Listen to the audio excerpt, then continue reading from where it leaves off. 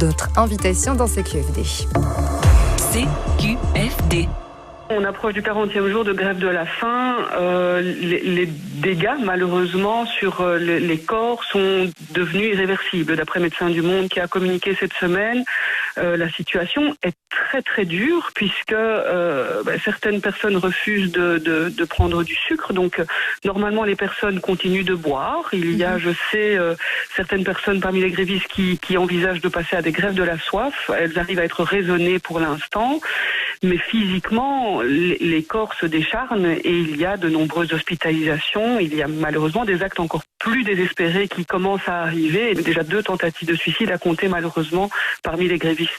Voilà ce que nous racontait vendredi sur cette même antenne, c'était Tango, qui est la directrice du CIRE pour coordination et initiative pour réfugiés et étrangers. Alors j'ajouterai encore que cet après-midi, le porte-parole de ces sans-papiers a confirmé que 2 d'entre eux s'étaient aussi cousus les lèvres ce week-end.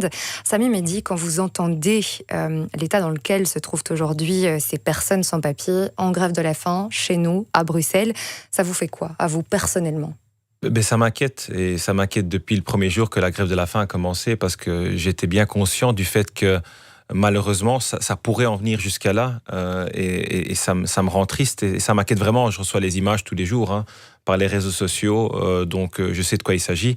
C'est la raison pour laquelle je pense qu'il faut vraiment essayer de trouver une solution pour ces gens-là. Mais la solution, d'abord, c'est la compréhension, c'est le dialogue. C'est la première chose qu'on a fait. Vous êtes allé les voir sur place ? Oui, donc d'abord, j'ai demandé à ce qu'il y ait un entretien chez moi au cabinet. Parce qu'au moment où il y a eu cette occupation, ma communication était claire. Il ne faut pas occuper un territoire, il ne faut pas faire une grève de la faim pour pouvoir discuter avec moi. Je suis ouvert au dialogue. J'étais à Culture Game où j'ai discuté avec des sans-papiers il y a quelques mois. Et je le fais à toutes les occasions possibles. Et donc, il y a une rencontre qui a eu lieu au cabinet. Ça, c'était avant que ne débute la grève de la faim, alors ? Oui, ouais. Donc c'était pendant l'occupation, et c'était une bonne réunion. Et personnellement, pendant cette réunion-là, je me suis dit qu'on allait vite se trouver une entente, parce que j'ai vu les revendications, et j'ai compris l'introduction où certaines personnes disent que je suis inflexible, mais j'ai entendu les revendications, et quand j'ai entendu les revendications, personnellement, je me suis dit on va s'en sortir facilement, parce que je ne suis pas inflexible au dialogue. J'ai discuté à plusieurs reprises.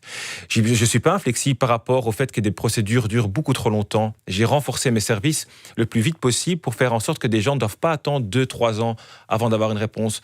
Je ne suis pas inflexible par rapport aux apatrides, des gens qui n'ont aucun pays là où ils peuvent se reposer. Et donc là aussi, c'est dans l'accord du gouvernement qu'on va donner un droit de séjour à ces gens-là. On va y venir à cet accord de gouvernement, bien sûr, oui. Mais du coup, quand François De Smet, le président de Défi, dit de votre politique qu'elle est la même que celle de celui qui était à votre place avant vous, monsieur Theo Franken, il se trompe ? C'est ce que je suis en train de vous dire, c'est que premièrement, les procédures doivent être accélérées. Elles durent 2-3 ans parfois dans une période, dans une demande de régularisation. Ça dure beaucoup trop longtemps. Donc ça, oui, on le renforce. Des apatrides, on veut leur donner un droit de séjour. Des parents d'enfants qui ont un droit de séjour, par exemple la jeune fille qui risque une mutilation génitale dans son pays d'origine, reçoit un droit de séjour en Belgique. La revendication des personnes sans papier était mettez ça dans les critères de régularisation. Moi, je veux même sortir ça des critères de régularisation et faciliter encore davantage pour ces groupes-là qu'il y a un droit de séjour pour ces parents-là et pour des apatrides. Mais jusque quand ça va durer, cette situation dont on parle vraiment ce soir, de ces plus de 400 personnes qui se mettent en danger, physiquement, psychiquement, on le disait aussi. On a l'impression que c'est un peu à celui qui craquera le premier. Est-ce que ça va être eux qui vont craquer ? Est-ce que ça va être vous ? Jusqu'où on doit aller ? Jusqu'à ce qu'il y ait des morts ? Vous en porterez la responsabilité ? Mais ce que je demande vraiment, et pour faire en sorte qu'on ne doit pas parler dans des termes de craquer dans l'un sens ou comme de l'autre, pour moi, c'est pas un opposant qui est en face de moi, c'est un être humain qui veut une réponse à sa question. Et que j'entends très bien, mais c'est qu'on arrête de mettre de l'huile sur le feu. Et c'est ça qui m'inquiète avant tout. Qui met de l'huile sur le feu ? Mais toute personne qui est présent à l'église de Béguinage, la VUB, l'ULB, et qui encourage à ce qu'on continue à faire cette grève de la faim, mettre la vie en danger de ces personnes-là, pendant qu'on sait très bien qu'est-ce qu'est l'accord du gouvernement, qu'est-ce qu'est la politique qu'on développe, une politique qui est humaine d'ailleurs, où on essaye vraiment de trouver une solution qui est beaucoup plus réfléchie que la politique qu'on connaissait auparavant. Et donc vraiment, c'est le message que je veux faire passer, c'est de supplier à toutes ces personnes qui mettent de l'huile sur le feu dans un dossier tellement délicat où des gens risquent leur vie, mais de ne pas le faire, parce que vraiment, c'est ça ma grosse préoccupation, c'est que des gens meurent au final. Dans l'accord de gouvernement, il n'y a pas beaucoup de pages qui concernent l'asile et la migration, c'est vraiment très réduit, mais donc cet accord ne prévoit pas de régularisation collective, c'est vraiment par fidélité à cet accord de gouvernement, c'est pour ça que vous ne bougez pas les lignes aujourd'hui? Non, c'est parce que en même temps, c'est mon avis personnel aussi. On vit dans un état de droit, et dans un état de droit, il y a des règles à suivre, et dans ces règles-là, on essaye d'avoir une politique migratoire qui est réfléchie. Quelqu'un qui veut venir étudier en Belgique, il y a des critères pour pouvoir venir étudier en Belgique. Quelqu'un qui veut travailler et qui vient de l'étranger, de même. Quelqu'un qui veut un regroupement familial, de même. Et une personne qui arrive en Belgique et qui fait appel à la demande d'asile peut introduire une demande. Et si, à la fin d'une enquête, on voit que cette personne a vraiment un besoin de protection internationale, il ou elle la recevra. À côté de tous ces critères-là, il y a encore toujours la possibilité de quelqu'un d'introduire une demande de régularisation parce qu'on n'entre pas dans les critères des canaux légaux de migration. Et pour ces personnes-là, de manière individuelle, il y a un traitement de dossier qui se fait où il n'y a pas de critères. Parce que justement, ça veut dire qu'il n'y aura pas de régularisation collective dans ce cas-ci, mais peut-être des régularisations individuelles, ça oui? Mais ça se fait tout le temps. Ça s'est fait dans les années qui m'ont précédé. Ça se fera dans les années qui vont suivre. Et donc, bien sûr, il faut toujours avoir un regard individuel sur la chose et voir un dossier. Même si cette personne ne rentre pas exactement dans les critères, on est dans un état de droit, mais un état de droit qui est humaniste en même temps, et donc qui doit tenir compte des cas particuliers. Et donc oui, il y a toujours la possibilité d'introduire une demande de régularisation individuelle, mais je suis obligé de préciser aussi que c'est quelque chose qui est exceptionnel. Donc en soi, pas tout le monde aura le droit. Exceptionnel, ça ne peut pas concerner les 450 ou 475 personnes qui ici sont en grève de la faim et en danger de mort? Ça ne pourra pas donner pour tout le monde, donc je ne peux pas vous répondre à ces dossiers de manière collective. Chaque dossier a le droit d'être introduit de manière individuelle, et puis on verra. Pour vous donner une idée, l'année dernière, il y a 3500 personnes qui ont vu leur demande de régularisation individuelle a été accordée. Et donc, ce n'est pas comme si on ferme les yeux devant parfois les situations inhumaines qui existent. Mais donc, il faut comprendre que dans un état de droit, il y a des règles à suivre aussi. Et donc, oui, une régularisation collective, ça n'entre pas dans la vision du gouvernement et dans la politique que je vais développer. L'accord de gouvernement dit ceci, précisément, j'ai été le lire tout à l'heure, une solution sera par ailleurs recherchée pour le groupe très limité de personnes qui, contre leur gré, ne peuvent pas retourner dans leur pays d'origine, même volontairement, comme certains apatrides. Donc ça, c'est vraiment la situation dans laquelle une personne sans papier chez nous doit se trouver donc pour pouvoir être régularisée. Non. C'est ça les critères? Non, c'est pas ça. Non. Il a été mentionné à juste titre le terme apatride, donc oui. C'est pour des personnes qui ont aucun pays d'origine. Et donc pour ces gens-là, on veut trouver une réponse structurelle. Une régularisation, c'est pas une réponse structurelle à un phénomène. Et donc si on n'a aucun pays d'origine, on doit sortir ça de la régularisation et donner un droit de séjour qui est automatique à des personnes qui n'ont aucun pays d'origine et aucun endroit où ils peuvent être hébergés et vivre de manière sécure. Et donc ça, c'est autre chose. Donc à côté de cela, il y a la régularisation, mais c'est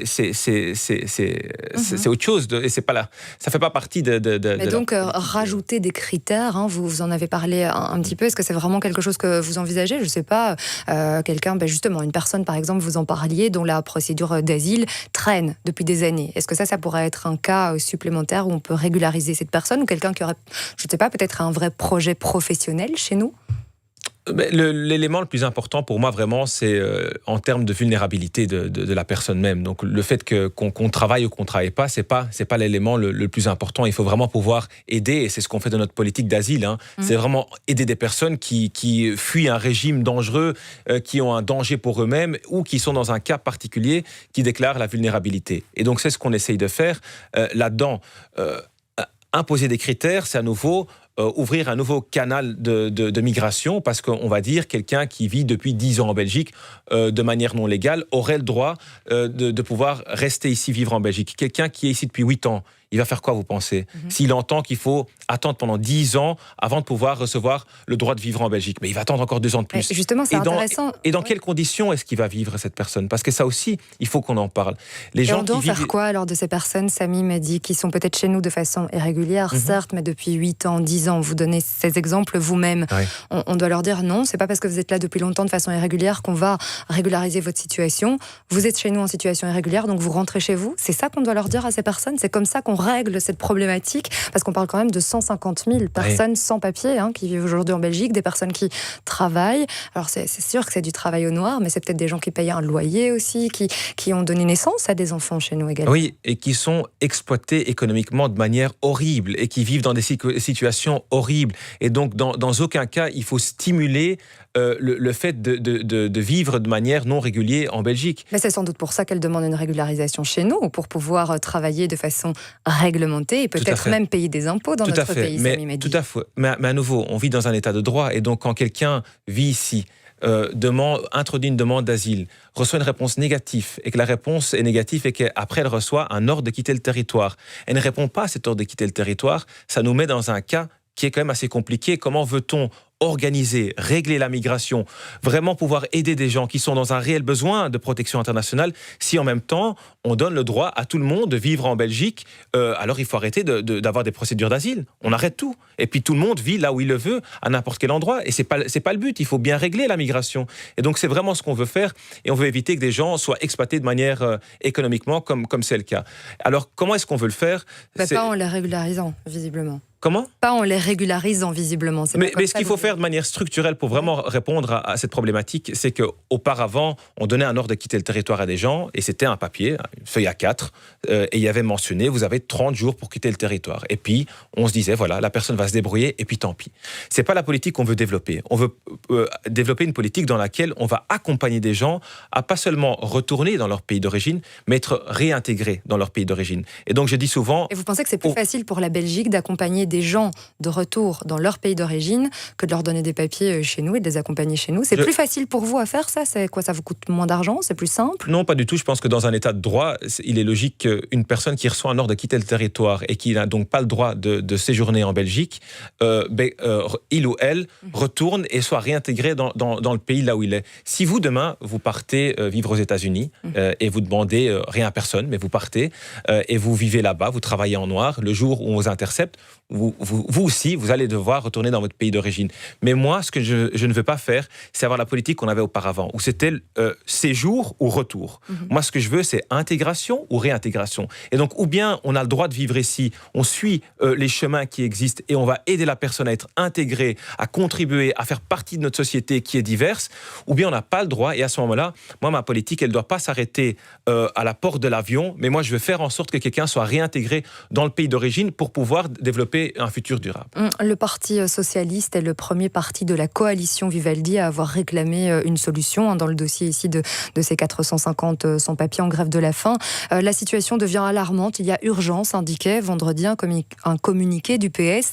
Trouver une solution pour les sans-papiers, c'est avant tout permettre à des femmes, des hommes, des enfants de vivre dans la dignité. Et puis samedi, c'était au tour d'écolos de sortir du bois aussi et de plaider pour la mise en place d'un dialogue rationnel pour dégager d'urgence une solution. Il y a encore une carte blanche publiée aujourd'hui par des députés écolos.